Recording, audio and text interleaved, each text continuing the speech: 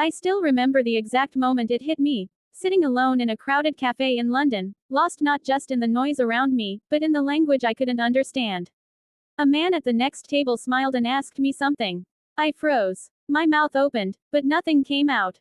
My heart pounded. I nodded awkwardly, pretending I understood. He looked confused, then turned away. That was the moment I knew. If I wanted to survive, grow, and truly live my dream, I had to learn English, and I had to do it fast. Just 5 months before that, I had stepped off the plane from my small hometown in India, carrying 2 bags, a few $100s, and a heart full of hope. I had earned a partial scholarship to a design school in the UK, my dream since I was 16. But what I didn't realize until I got there was how hard it would be to function in a country where English wasn't just a subject in school, but a living, breathing part of every moment. Every sign, every conversation, every class lecture, it was all in English. And I was drowning. I cried that night in my tiny dorm room. My roommate, Elena, a kind girl from Spain, found me sitting on the floor, clutching a grammar book and shaking with frustration. "It's okay," she said softly. "We'll help each other. I'm learning too." That small gesture was the first spark in what became a fire that would change my life. From that night forward, I made a promise to myself. I would learn English in 5 months, no matter what it took. The first thing I did was simple, but powerful. I stopped being afraid of making mistakes. In class, at the grocery store, on the bus, I spoke, even when my words were broken. I said things wrong. I got laughed at sometimes. But each mistake was a brick in the foundation of my new voice.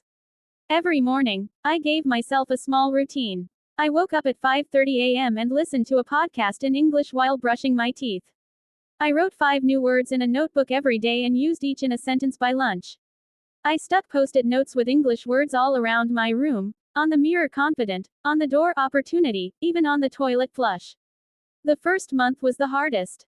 I couldn't follow class discussions. I avoided speaking to my professors. I ate lunch alone, watching videos with subtitles, pausing and repeating the words out loud until my tongue didn't twist.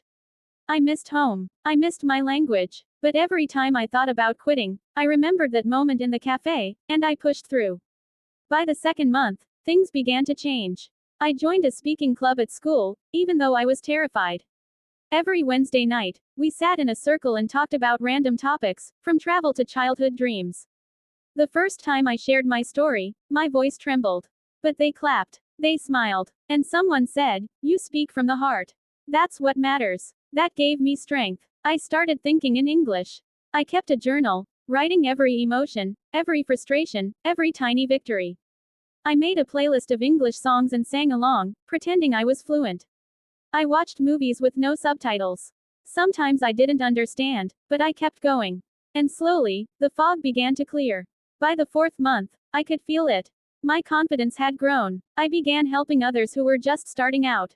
I helped Elena with her pronunciation, and we practiced together late into the night, laughing and correcting each other. My professors noticed my progress and invited me to lead a group project presentation. I almost said no, but then I remembered the promise I made to myself. I stood in front of the class, heart pounding, and spoke. Not perfectly, not without nervousness, but with honesty and pride. And when I finished, the room was silent for a second, then they clapped. This time, I smiled without fear. In the 5th month, something incredible happened. I was invited to intern with a design company in the city.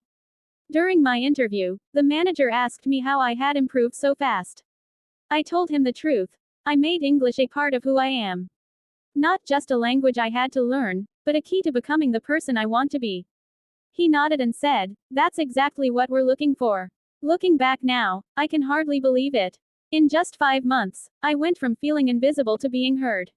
I didn't become a native speaker, but I became me in English. And that's all I ever needed. So if you're struggling with English, or with anything that feels too big to conquer, remember this: you don't need to be perfect. You just need to be consistent, brave, and kind to yourself. Every day is a chance to improve. Every mistake is a step forward. And your voice, no matter how uncertain now, deserves to be heard.